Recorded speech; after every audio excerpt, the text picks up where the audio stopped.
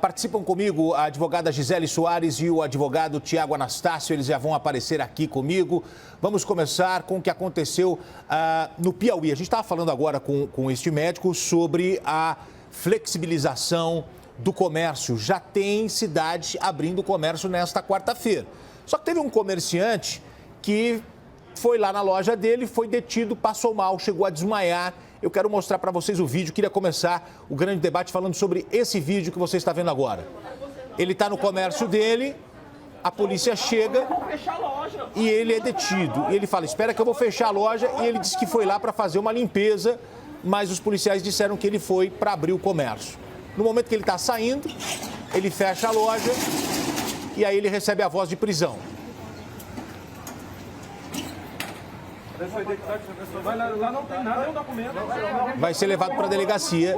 Eu vou com você. Ele questiona essa determinação, acaba sendo algemado, ele fica muito nervoso, acaba passando mal, desmaia, teve uma convulsão ali.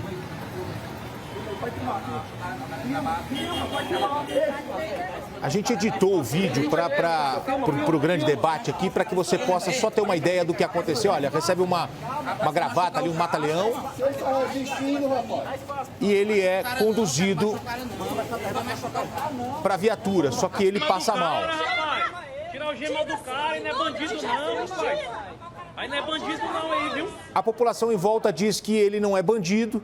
A população em volta pede para que ele seja libertado. Prender um comerciante, prender um trabalhador, a detenção desses chamados, entre aspas, transgressores do isolamento hoje, o que vocês pensam? Os decretos são abusivos ou necessários para evitar a contaminação? Começo hoje com você, Tiago Anastácio. Bom dia, Gotino. Bom dia, Gisele. Bom dia aos telespectadores da CNN. Gotino, essa é uma das cenas mais medonhas e ridículas que eu já vi em toda a minha vida. Todas as formas de abuso de autoridade foram cometidos aí. Primeiro, uso de violência contra um cidadão, prisão fundamentalmente desnecessária, prisão eu digo ato de prender, de algemar, por uma razão muito simples. Vejam novamente o vídeo, vocês verão esse comerciante, esse cidadão brasileiro dizendo: eu irei acompanhá-los à delegacia. Então, o que aconteceu, primeiro, mostra um reflexo cultural de abuso de autoridade, muitas vezes cometidos por policiais militares que ainda não entenderam a orientação do Poder Judiciário, que a algema e principalmente o uso da força devem ser utilizados apenas em momentos extremos. Então, o que nós estamos vendo aqui é um horror. É um caso de abuso de autoridade. Aqui, louve-se a lei que desde janeiro nos traz um conforto para situações assim e que os policiais militares sejam imediatamente investigados pelas corregedorias. O que é totalmente diferente da discussão do artigo 268 do Código Penal. São coisas distintas. Não estamos falando que o decreto permite prender. O decreto, que é um decreto sanitário, precisa de uma proteção jurídica que o Código Penal nos dá. Mas isso daí que nós vimos é um absurdo. Pode-se levar o cidadão até a delegacia, ele não pode ser preso, e preso eu digo, ficar preso na delegacia. Ele pode ser investigado por ter quebrado uma norma, o artigo 268 do Código Penal, que visa proteger exatamente a legislação sanitária, mas da delegacia iniciada a investigação com boletim de ocorrência que ele fosse para casa. O que nós estamos vendo aí é mais um ato de truculência, um ato ilegal da polícia que, infelizmente, parece que não absorve as posições do Poder Judiciário muito bem delineadas. Prisão, algema, uso de força apenas em casos excepcionais. Tenhamos o mínimo de critério, o que é diferente do que nós vimos, inclusive, numa cidade do interior aqui de São Paulo, quando uma pessoa estava violando, sim, a lei sanitária, pediram para ela sair dessa praça e ela mordeu os policiais. Isso é diferente. Agora, esse caso é um horror, um horror. Providências devem ser imediatas contra esses policiais. Argumentos iniciais de Tiago Anastácio. Agora, doutora Gisele, os seus argumentos iniciais, por favor. Bom dia.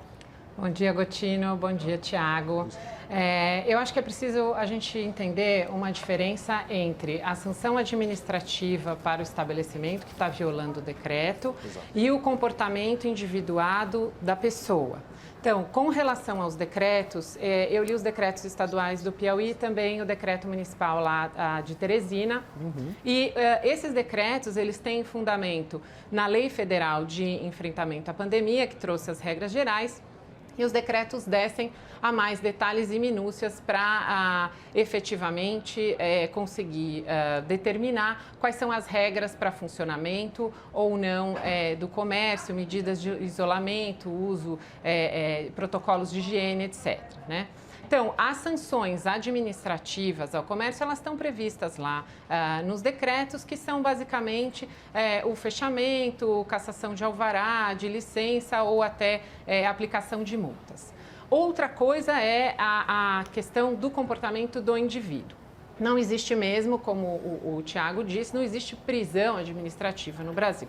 Então, o que existe pela Constituição, não há crime sem lei anterior que o defina. Então, precisamos procurar nem pena sem prévia combinação legal. Exatamente. Então, como a gente não tem crime sem lei anterior, vamos buscar a lei anterior, porque já afastamos a competência do decreto para criar normas penais, até porque essa é uma competência exclusiva da União. Quais seriam os crimes possíveis aí? Como o Tiago disse, primeiro, o crime de violação de medida sanitária. Mas, para isso, precisaria haver o dolo, a intenção efetiva de disseminar a doença, o que não me pareceu ali no caso, até porque ele usava máscara.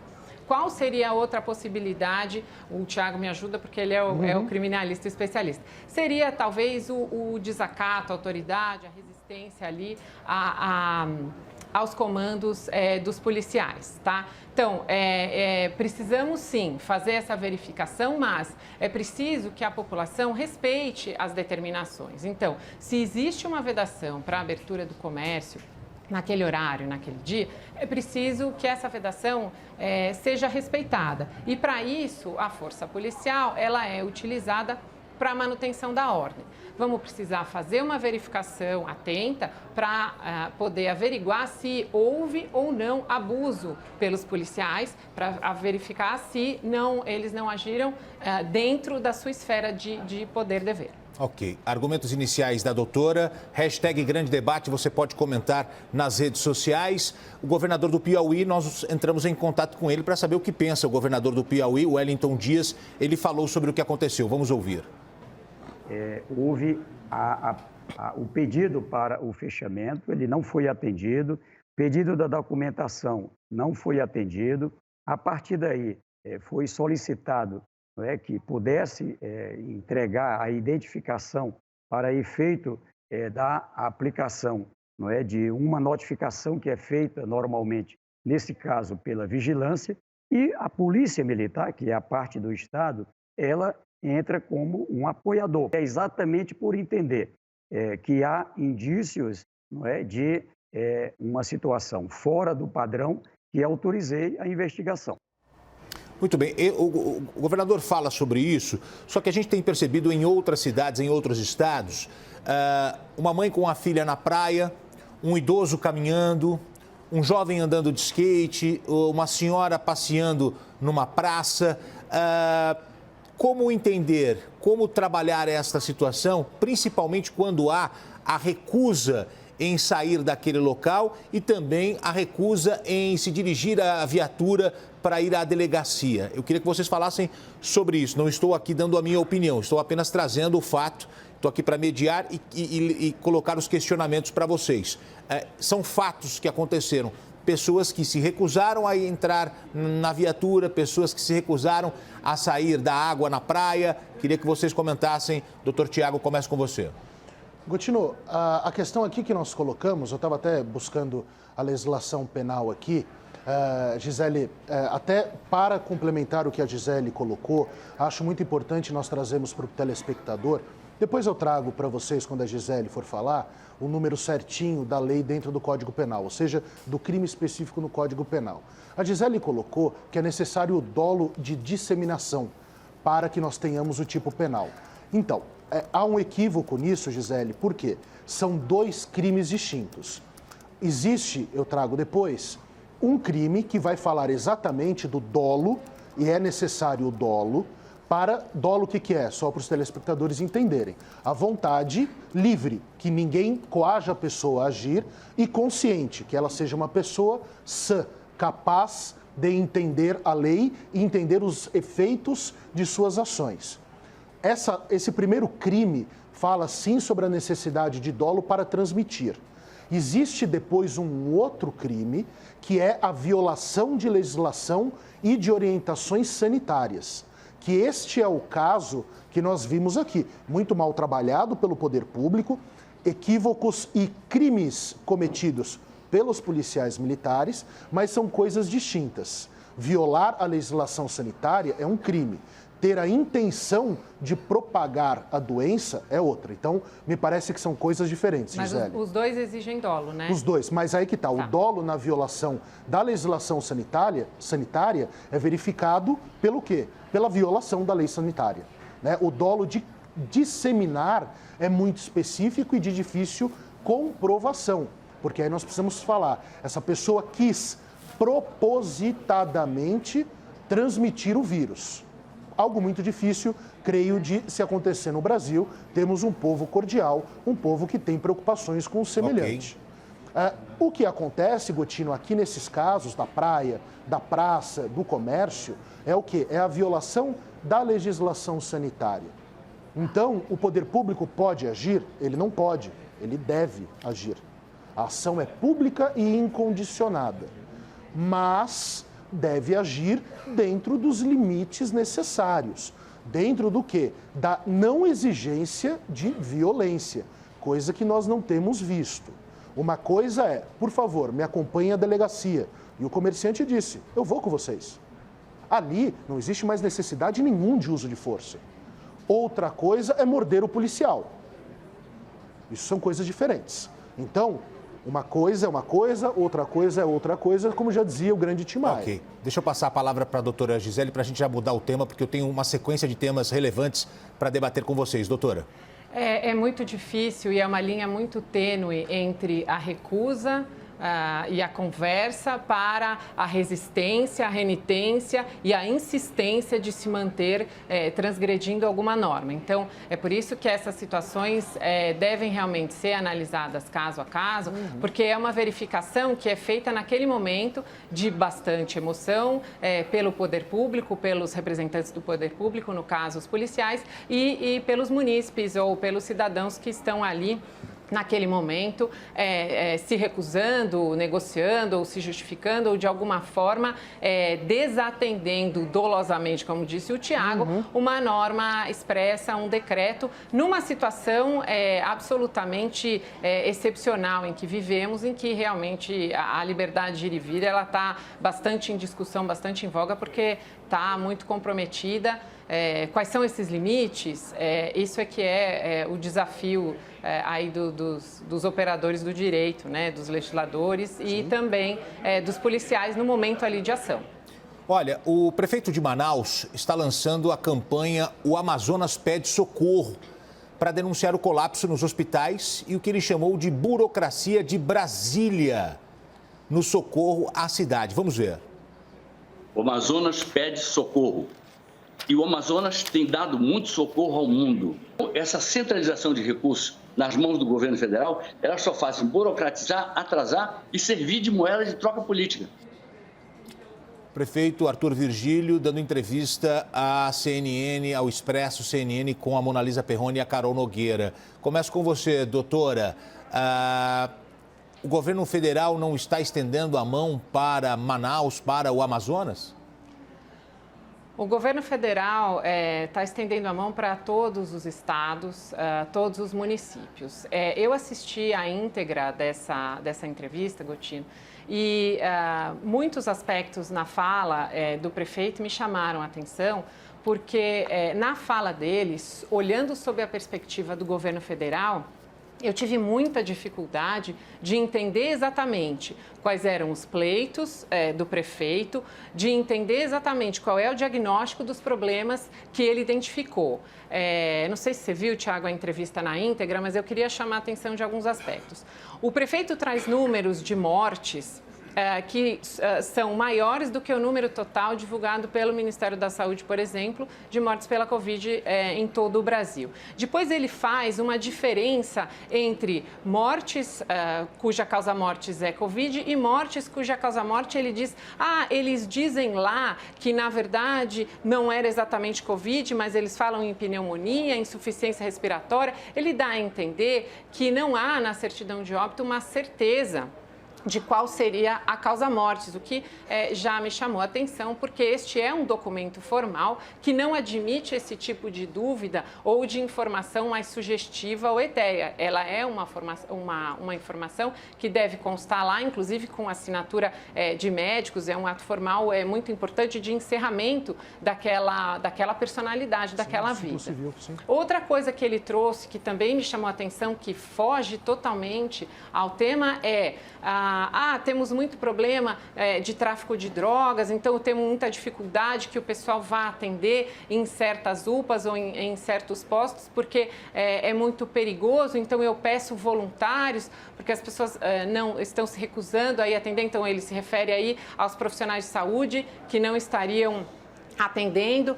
Mais adiante ele diz, as pessoas são teimosas e não estão atendendo ao isolamento, e isso também seria responsabilidade do presidente da República ao participar de um ato em prol da intervenção militar. Então, são relações muito distantes e que acabam fugindo do foco do problema. Finalmente, ele até faz menção dizendo que eles são ecológicos, mas também eles aliam economia à ecologia, mas que se não houver algum tipo de subsídio à economia, que as pessoas irão às matas para destruir as matas, para tirar delas a sua subsistência, enfim.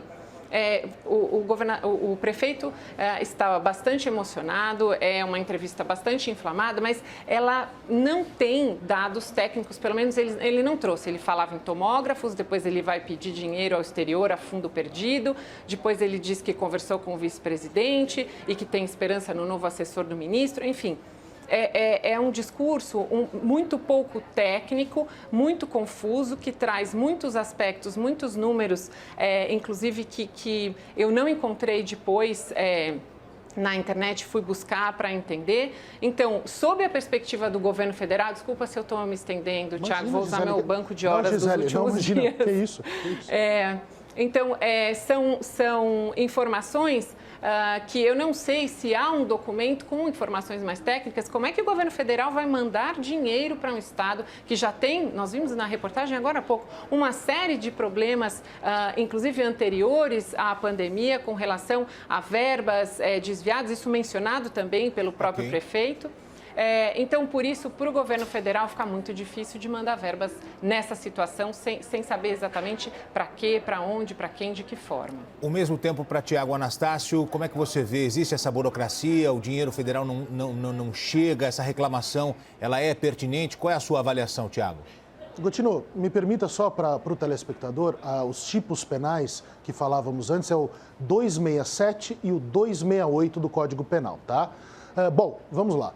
Nós temos um problema cada vez mais latente no Brasil, que é essa incapacidade de comunicação inteligente e que chegue ao público, que chegue à cidadania brasileira. Essa entrevista do prefeito Arthur Virgílio, ela beira o desespero.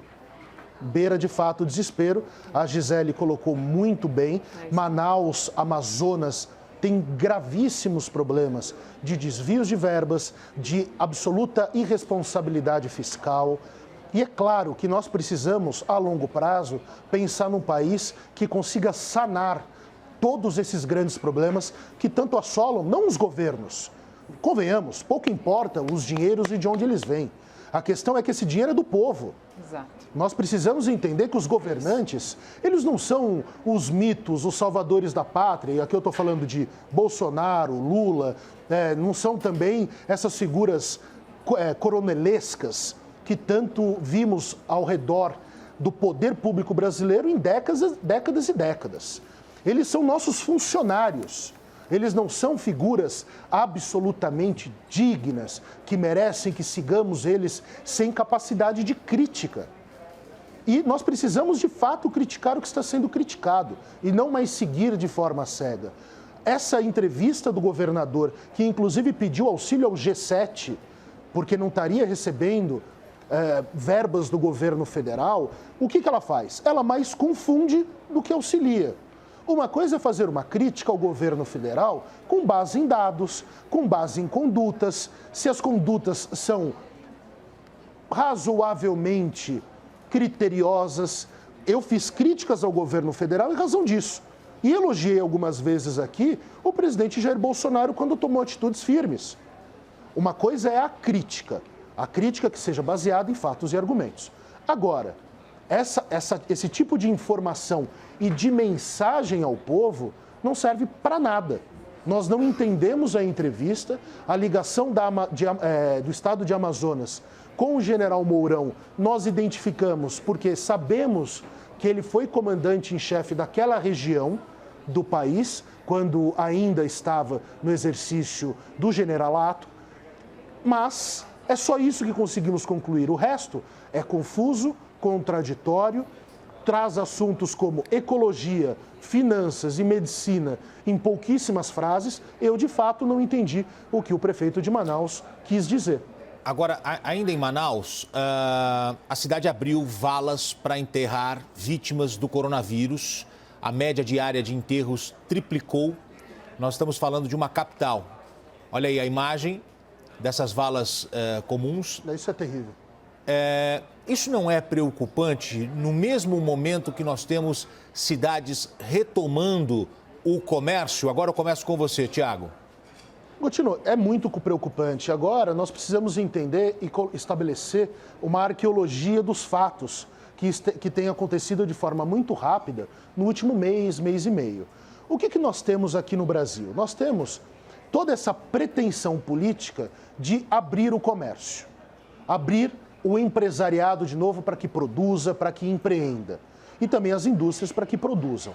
Agora, o povo não está entendendo, primeiro, quais são as informações dos governantes. Segundo, o que é isolamento horizontal e vertical.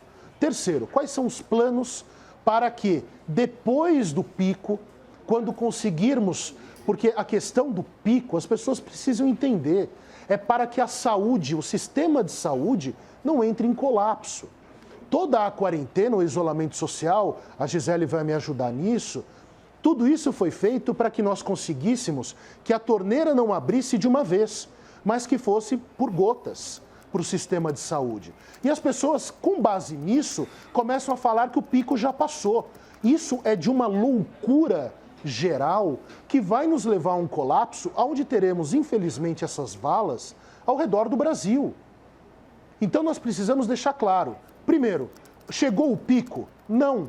Nós arrastamos ele para frente para que o sistema de saúde não receba todo mundo ao mesmo tempo.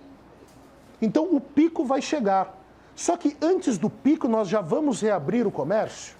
Será que isso é prudente? Porque é exatamente esse o erro que ocorreu nos países europeus e nos Estados Unidos. Então é grave, Gotino. O problema é a CNN ter feito um trabalho maravilhoso de conscientização, de levada de informação às pessoas, por isso que deve ser aplaudido o jornalismo e não criticado de forma cega. Enquanto os governantes estão em guerra política. Doutora? É muito grave. Nós veremos isso em São Paulo, Gotino. Isso é que é triste.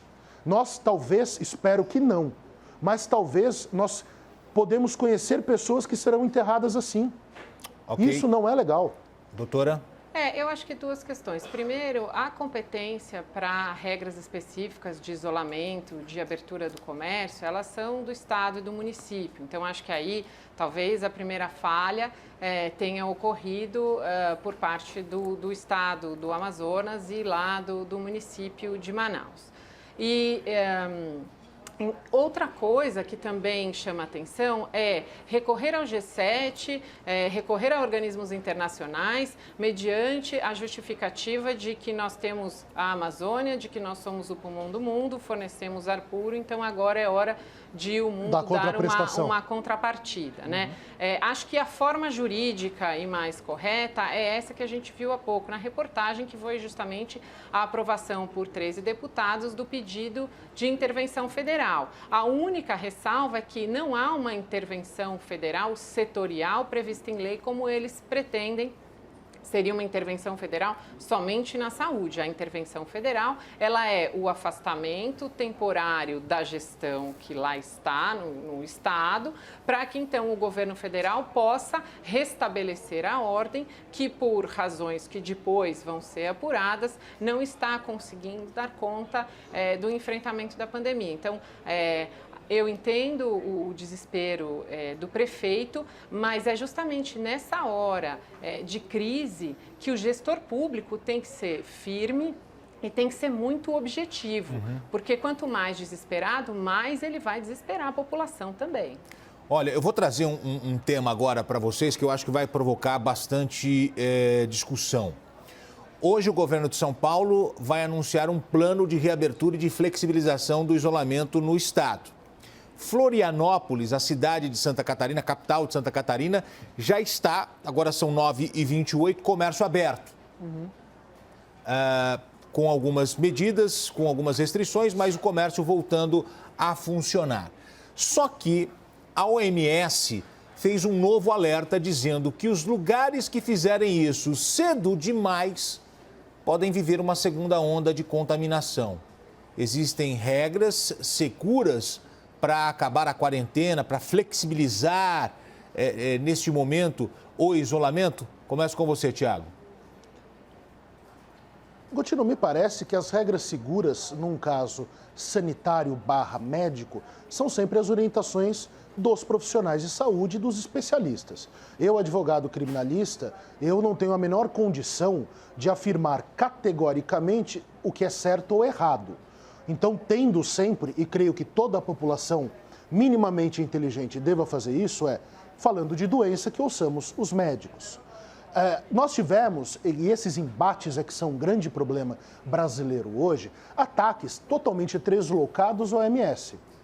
Mas hoje de manhã também recebemos a informação que a OMS, a partir do seu escritório para a América Latina, é quem está nos enviando essa grande quantidade de testes prometido pelo ministro da Saúde.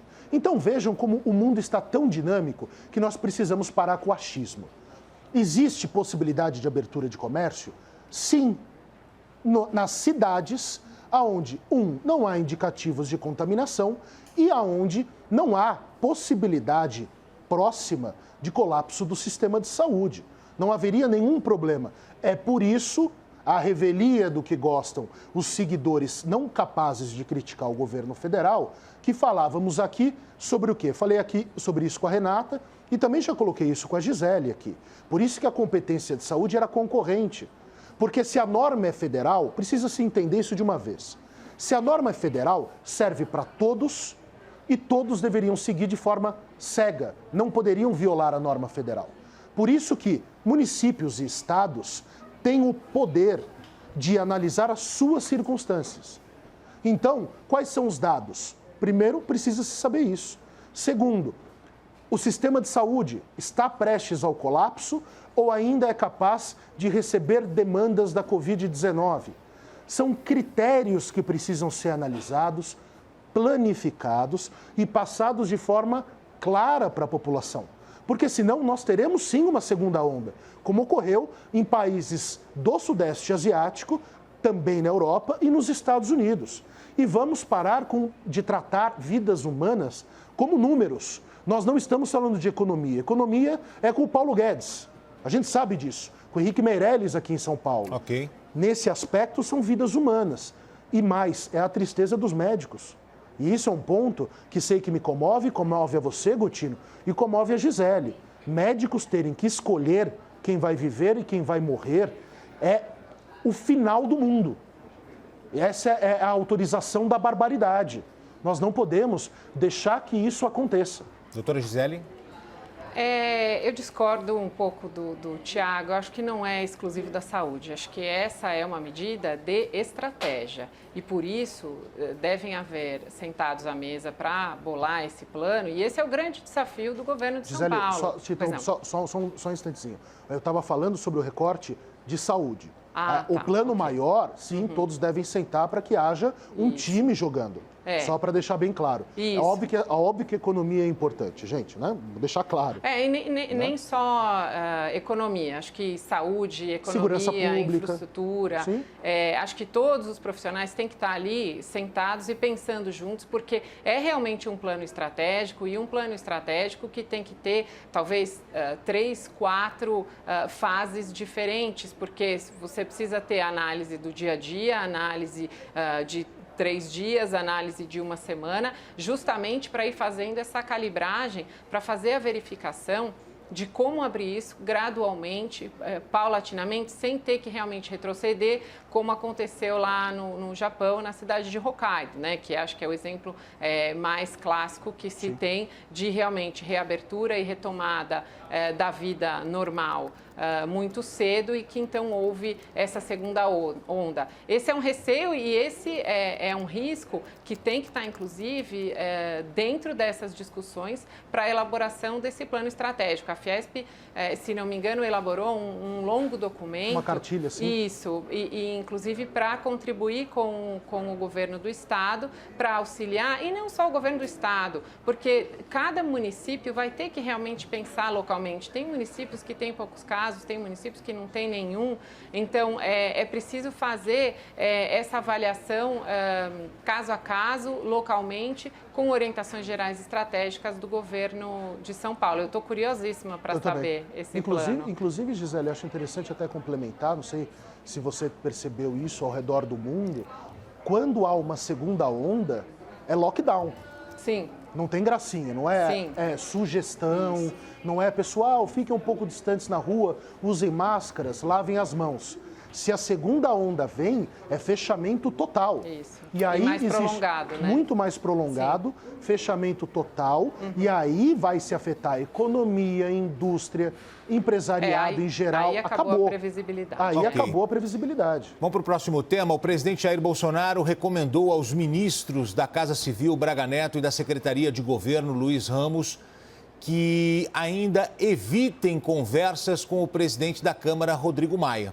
Segundo interlocutores do presidente, ele avaliou que ainda não é o momento que aconteça essa aproximação de Maia com o Palácio do Planalto. Bolsonaro, por outro lado, mantém o interesse de dialogar com o presidente do DEM e prefeito de Salvador, ACM Neto. Começo com você, Gisele. Está certo o presidente de manter distância de Maia ou é um erro? Está certo, é estratégico, houve aí um estranhamento nas relações recentes, existe esse movimento do presidente para uma aproximação, um diálogo ali com os políticos do chamado Centrão. A gente não pode perder de vista que existem eleições previstas para o começo do ano que vem para a presidência da Câmara e para a presidência do Senado. Então, também pensando nisso, é uma estratégia do presidente de então conversar com esta base que terá uma influência direta nesta reeleição ou possível reeleição dos respectivos presidentes e, obviamente, o deputado Rodrigo Maia também tem essa preocupação e certamente está fazendo as suas articulações nesse sentido. Então, acho que sim, é cauteloso, é prudente e é importante que esse diálogo seja mantido, seja aberto com o partido, mas ainda que se tenha um pouco mais de cuidado e se mantenha uma certa distância segura para os dois ainda neste momento. Acredito que isso vai acontecer num futuro próximo, mas é preciso primeiro pavimentar um pouco melhor essa avenida de comunicação entre os dois. Tiago? A Gisele é uma dama, ela coloca em retalhos de seda e de algodão aquilo que é talvez um dos atos políticos mais graves do presidente da República, se colocarmos dentro da ótica da hipocrisia. Eu fiquei muito preocupado quando eu li, não apenas por causa disso, porque eu acredito que o presidente da República deva sentar com o presidente do Senado, da Câmara dos Deputados e fazer a avaliação. O problema é que o presidente da República, e aqui sei que a Gisele vai discordar, mas eu vou falar de fatos e não de opiniões ou de análise sobre fatos, ele subiu a um palanque, falou com seus seguidores na porta do QG do Exército em Brasília. No dia do Exército. Do dia do Exército, mas o que ele falou? Não no dia. O que ele falou? Não vou negociar. Não vou negociar. Ele disse isso de forma clara. Só que ele já deu o Banco do Nordeste... E também defendeu a democracia. Ah, não, sim, não. Isso já passamos ontem pelo que falamos. Liberdades. Não, sim, sem dúvida. Ele falou isso. Agora, Gisele, olha a gravidade. Ele deu o Banco do Nordeste para o Valdemar Costa Neto. A gente não vai falar disso? Ele começou a se aproximar do PMDB, ou MDB novo, porque os partidos mudam seus nomes, mas continuam os mesmos. Ele vai sentar com o PMDB de Renan Calheiros, Romero Jucá, Michel Temer e Eduardo Cunha. Ele que disse que não iria negociar, causou todo esse alvoroço de segunda e terça-feira, com investigação no Supremo Tribunal, pedido pelo Procurador-Geral da República, em razão dos atos, causou todo esse alvoroço e a insuflação dos seus seguidores, do seu eleitorado, dizendo não vou negociar com a velha política, e vai sentar com o PFL e com o PMDB? É isso? É isso? É isso que eu pergunto. É isso? Era tudo novamente uma nuvem enquanto ele agia para fazer um acordo com o PFL e com o PMDB? Primeiro, isso é uma das mais graves violações. Por quê? Ele mentiu, ele já estava em conversações. Gente, que o presidente Bolsonaro faça um bom governo, mas que ele haja de acordo com as palavras que ele lança. Daí, como é que nós vamos falar que há algo diferente, que não mudamos a política? Não, porque ele não viola o que eu penso sobre ele. Ele deveria violar aquele que votou nele com a promessa de uma nova política, que não haveria cargos, porque nós sabemos que o cargo compra o apoio. Isso é abominável. Ok, deixa eu saber a visão da doutora Gisele. Eu acho difícil, Tiago, não estou dizendo que você disse isso, tá? Mas claro. Eu acho difícil porque se o presidente não dialoga, é porque ele está fechado. Se o presidente começa a dialogar, é porque ele está voltando à velha política e fazendo negociações. São coisas diferentes. Claro. É importante que esse diálogo exista. Isso é da política e o presidente não consegue governar sozinho. E você é testemunha, eu sempre preguei isso aqui. Isso. Sente e converse. É isso. O problema é começar a dar cargo. O Banco do Nordeste, para o Valdemar Costa Neto... aos cargos, desculpa. Tiago, o governo federal, inclusive, fez um levantamento, eles olharam os diários oficiais de anos anteriores, fizeram um levantamento, uma tabulação de pessoas e cargos, existe, inclusive, parece uma regra do anti-PT, né? Eles não querem pessoas ligadas ao Partido dos Trabalhadores. Então, eles vêm fazendo essa verificação para essa questão de indicação e de ocupação de cargos. O presidente claramente tenta impor uma nova forma de exercício da política, ele encontra muita resistência, então tudo que ele diz, eu tenho essa sensação, sempre é um pouco recebido da forma mais negativa, exaltando-se aspectos pontuais, tirando a fala do presidente de um contexto. A oposição faz isso, né? Faz parte da oposição. Sim, é democrático. Exatamente por isso, o presidente também vem modulando a sua atuação, vem provavelmente ouvindo os seus conselheiros, os seus ministros e tentando restabelecer novos diálogos. Agora, da política, o deputado Rodrigo Maia vai defender seus interesses políticos, há um comprometimento com também os partidos. Mas, doutora Gisele, é da política, mas no início da sua fala você disse que está certo o presidente manter distância de Rodrigo Maia. Mas o Rodrigo Maia é o presidente da Câmara dos Deputados. Sim. E aí não é falta de comunicação do Executivo com o Legislativo, são dois poderes importantes e que precisam estar em harmonia para o andamento do país. Isso.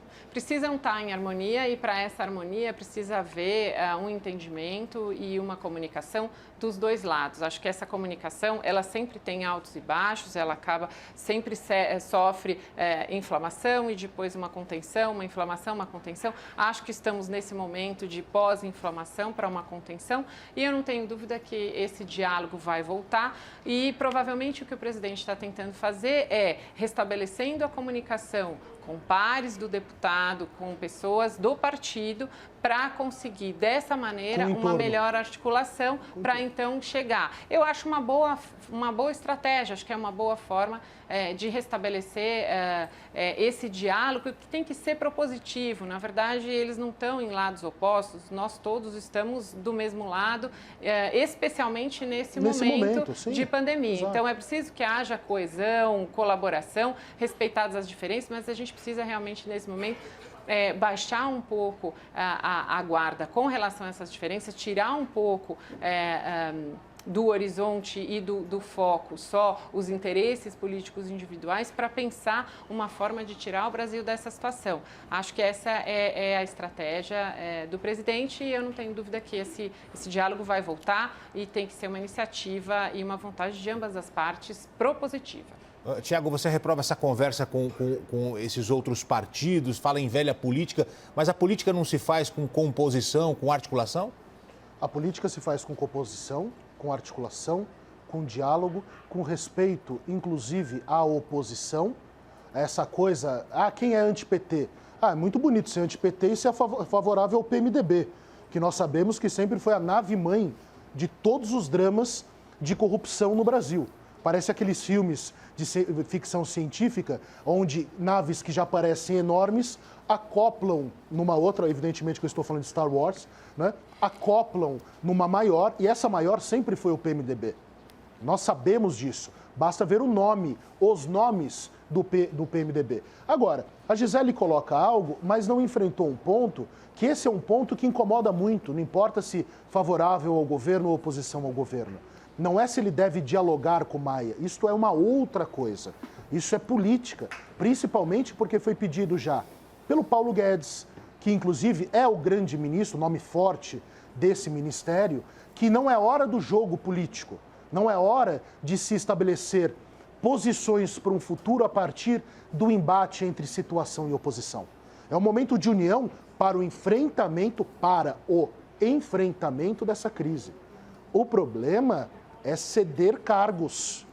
Toda a base eleitoral do presidente Jair Bolsonaro sempre se calcou em não haverá troca de cargos. Eu não irei nomear alguém para ter apoio político. Fez. Doutora, ceder cargos a partidos aliados, o presidente está se contradizendo, como disse o doutor Tiago? Não. Eu acho que não. Não? O que ele está aprendendo, se adaptando e esses diálogos, eles começaram. É importante, inclusive, chamar atenção para que os dois lados precisam ceder, os dois lados precisam aprender. É reprovável também que o deputado Rodrigo Maia, após o tom elevado das críticas do presidente, ele tenha também engavetado ou impedido a tramitação de medidas provisórias importantes. Então, é do jogo político. O presidente adota uma estratégia de governo. A gente está enfrentando uma pandemia, que é uma situação absolutamente excepcional, num país que já vinha vivendo e enfrentando uma série de outras crises e agora a gente precisa preparar o país para enfrentar mais essa crise pós-pandemia, porque certamente precisa estar no horizonte do presidente quais são as consequências, por exemplo, das verbas que serão destinadas pelo governo federal aos estados sem contrapartida, a forma como será usada essa verba. A gente está vendo aí já no Amazonas problemas gravíssimos e uma exigência de menos burocracia ainda, quer dizer, quando a gente tem todos os procedimentos, a lei de licitação, a gente já tem problemas, imagine sem isso o nível de controle que é preciso ser exercido. Então, são uma série de aspectos diferentes que exigem medidas diferentes também. Doutor Tiago? Me parecem coisas absolutamente distintas. Eu tenho essa preocupação da Gisele, creio que o Ministério Público deva estar muito atento a isso, essa questão de abertura da necessidade de licitação, de controle, de verificação, até porque nós não nos tornamos a Suíça de uma hora para outra, não é verdade? O Brasil deve ter um projeto, mas nós sabemos que a grande corrupção não está apenas nas grandes empresas, Petrobras, etc. Está nos pequenos contratos, que somados, quando são violados, nos mostram por que estamos aqui. Porque estamos nessa pindaíba, nesse problema gravíssimo de verbas, ausência de responsabilidade fiscal dos estados, por que falta tanto dinheiro para o essencial. Que acho que a Gisele, formada em Direito como eu, nós sabemos o que é o essencial. É saúde, educação e segurança pública. O resto, direita e esquerda, que se degladiem sobre o método como isso vai ser implementado. Agora, são coisas distintas. Nós não fazermos a crítica que é necessária quando um governante, domingo, promete que não fará uma coisa e quarta-feira ele já fez com indícios de que estava tramando algo diferente do que fez. Isso é gravíssimo, porque é a crítica que se fez ao PT. Simples assim. Não tenho mais o que dizer, Gotino. Doutora? Essa é a crítica que foi feita sobre o PT. Com a diferença que a gente não tem crime de responsabilidade ainda, nem né? corrupção. Ainda, né? Não, ainda, tem, porque agora vocês vão ver. Lembre-se do dia de hoje. Eu estou falando, daqui 2 anos, 3 anos, com esses problemas de ausência de licitação, com a distribuição de cargos para partidos, principalmente para o PMDB e para o DEM, ou /PFL, nós veremos o que vai acontecer.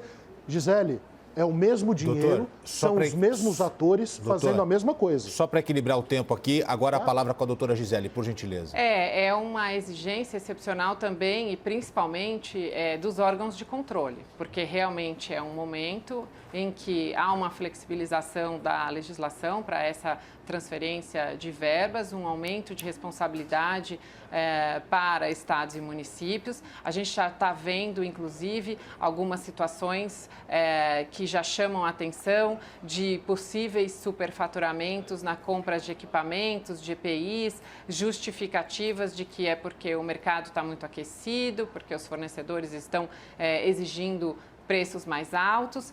Mas sem os controles que a legislação toda já previa, sem toda essa exigência procedimental, o país fica muito mais fragilizado e realmente essas verbas elas precisam chegar aos seus destinos. Então, esse é um grande desafio dos órgãos de controle, esse é um grande desafio dos ministérios que estão ali debruçados para o enfrentamento da pandemia e esse é um dever de nós, cidadãos, de fazermos essa verificação, porque o Ministério da Saúde, ele está divulgando, eu já consultei o site do Ministério e tem lá a lista de todas as empresas contratadas, valores do contrato, inclusive até em PDF, esses contratos para consulta. Então, não é só dos órgãos públicos, essa é também uma responsabilidade de nós cidadãos nesse momento. Sempre é nossa, né? Tiago, nós é que o nosso dinheiro, né? Nós que passamos o trabalho para os outros, mas é a cidadania que deve cuidar disso. Tiago, a palavra é sua agora. O presidente está aprendendo, o presidente está se adaptando. As palavras da doutora Gisele agora há pouco. Não me parece que a presidência da República seja banco escolar. O presidente da República, que tem uma história de 30 anos no Congresso Nacional, que passou por uma eleição legal e legítima, embora ele ache que não foi legal e legítima, ele está aprendendo a fazer política. Gente, ele ficou 30 anos no Congresso Nacional. Ele foi um dos articuladores do impeachment de uma presidente da República. Basta ver os registros e as fotos. Está ele abraçadinho com o Eduardo Cunha. Gente, ele não está aprendendo, eu discordo piamente da Gisele, ele não está aprendendo, ele é macaco velho nisso. Nós sabemos que ele não está aprendendo. Em ser presidente? Não, em ser político, principalmente em relação com a Câmara. É aquela história. Mas no maior cargo executivo do país, não, Thiago, mas Gisele, a gente está falando de relações. A gente está falando de relações. Não, óbvio que ele tem a aprender. Mas eu estou falando da relação. Estou falando da relação com o Congresso. Ninguém conhece o Congresso mais do que ele. Ele ficou 30 anos lá, Gisele. Eu estou falando da relação com o Congresso. Sobre dinâmica dos ministérios, necessidades. É claro, todo presidente passa por isso. Alguns com maior dificuldade, outros com menor dificuldade. Em regra, os mais letrados com menos dificuldade. A vida é assim. Quem tem mais experiência dos livros e de vida passa por menos dificuldades. Mas eu falo especificamente sobre o Congresso. Afirmarmos que o Jair Bolsonaro não sabe sobre como acontecem as coisas no Congresso, ou ele não fez nada por 30 anos, ou ele está se fazendo de inocente. Doutora... Tanto que nós vimos aqui, Gotino, o que aconteceu. É fato. Eu não estou mentindo em público. Ele prometeu uma coisa e fez outra. Gisele, o que o presidente está aprendendo, está se adaptando? O cargo do Executivo é um cargo novo. Ser presidente da República certamente traz desafios que, por mais que estejamos preparados, a gente não consegue imaginar. Estamos vendo aí o ministro da Saúde, que é um técnico enfrentando uma série de dificuldades justamente pelos desafios da ocupação pública. Eu acho importantíssimo, acho louvável. O presidente é uma pessoa absolutamente espontânea, ele fala o que pensa, às vezes até se excede, outras ele é mal interpretado, mas ele é absolutamente transparente, ele traz essa proposta de uma nova política, ele exalta, e eu gosto muito quando ele exalta o Brasil, quando ele exalta a democracia, quando ele exalta o poder do povo. Ele é um presidente que não tem medo de sair do gabinete, de ir às ruas, de conversar com as pessoas e ser muito bem recebido. Ele traz uma proposta de nova política, consegue implementar algumas de suas ideias e outras proposições são rejeitadas e isso é natural, é da gestão. Por conta do tempo, nós vamos para os argumentos finais. Doutor Tiago Anastácio, começo com você hoje, seus argumentos finais, por gentileza, sobre tudo que foi falado no grande debate desta quarta-feira. Gotino, obrigado pelo debate, Gotino, Gisele, aos telespectadores. Eu gostaria de sair um pouco do campo político, porque não me parece mais sequer agradável aos ouvidos de todos que nós fiquemos fazendo sempre uma análise, eu particularmente, fazendo uma análise sobre o que o presidente disse ou não disse. O presidente ele não é espontâneo, viu, Gisele? Ele tem método. Basta ver que existem polêmicas que são criadas a partir da boca do presidente e 2 ou 3 dias depois nós descobrimos que ele já estava agindo politicamente para ir contra suas próprias palavras. Então isso não é espontaneidade, isso é método. Isso é método, é coisa totalmente diferente. Agora, a minha preocupação, Gotino, eu acho que a preocupação que todos nós deveríamos ter é sobre o que virá agora, nas próximas horas, com esse plano, principalmente do governo do estado de São Paulo, acerca da manutenção ou afrouxamento da metodologia de isolamento social, isso que é muito relevante. Nós precisamos nos ater, analisarmos fatos que nos virão pela imprensa, sobre a situação da saúde pública no Brasil e nós precisamos esclarecer qual é a situação atual, o que precisa ser feito agora e nos próximos dias para que nós não tenhamos essas cenas tristes espalhadas por todo o Brasil. Valas abertas, valas comuns, que não são só em Manaus, também são em Nova York, também é ao norte da Itália que nós estamos vendo isso. Nós estamos passando por um dos momentos mais cruciais e tristes da humanidade desde a Segunda Guerra Mundial. Nós conseguimos hoje dialogar com liberdade. Nós somos capazes de criticar o presidente da República e os governadores, porque nós vivemos numa democracia. E a crítica, ela não é a crítica apenas para que se ganhe o poder dessa pessoa. A crítica deve servir também para quê? Para que essa pessoa possa ouvir. Não adianta não ouvir o opositor. Infeliz e inapto aquele que não ouve o adversário. Nós precisamos ouvir aqueles Thiago. que têm algo a propor. Então, vamos tomar cuidado com a saúde nesse momento. Isso é que é importante. Ok, vamos para os argumentos finais. Ao mesmo tempo, me informa aqui a produção para Gisele. Não tem problema. Posso ser mais breve até e fico com banco de horas. Não, ao mesmo tempo. Pode fazer a utilização do mesmo tempo. Aproveitando, então, essa sugestão do Thiago, olhar um outro aspecto de toda essa pandemia que acho que é importante e que às vezes a gente acaba aqui fazendo muitos debates técnicos. Eu acho importante pensarmos nas pessoas, na forma como as pessoas estão sofrendo individualmente e coletivamente com essa pandemia. Realmente a comunicação ela é muito importante, a informação exaustiva, às vezes até a gente fica um pouco deprimido e se cansa, mas ela é muito importante. A população precisa estar a todo momento muito informada, muito bem informada, ainda que essas informações não sejam informações, por vezes, totalmente coerentes, porque a cada minuto, realmente, notícias novas podem mudar essa situação. Mas acho que é importante, a Espanha recentemente autorizou que crianças e adolescentes acompanhem seus pais nas atividades e nas saídas para atividades essenciais como mercado, farmácias, justamente como uma forma de olhar e se preocupar mais com as pessoas. Eu espero que nesse plano de São Paulo e que também o governo federal esteja pensando já nesses planejamentos pós-pandemia, como lidar com essas novas pessoas que saem traumatizadas dessa crise. Gisele, obrigado pela participação no Grande Debate. Obrigada. Tiago Anastácio também. Amanhã nós estaremos de volta a partir das 9 da manhã com temas relevantes para a gente conversar, debater, visões diferentes sobre o mesmo tema para que você em casa forme a sua opinião. Tenham todos um ótimo dia.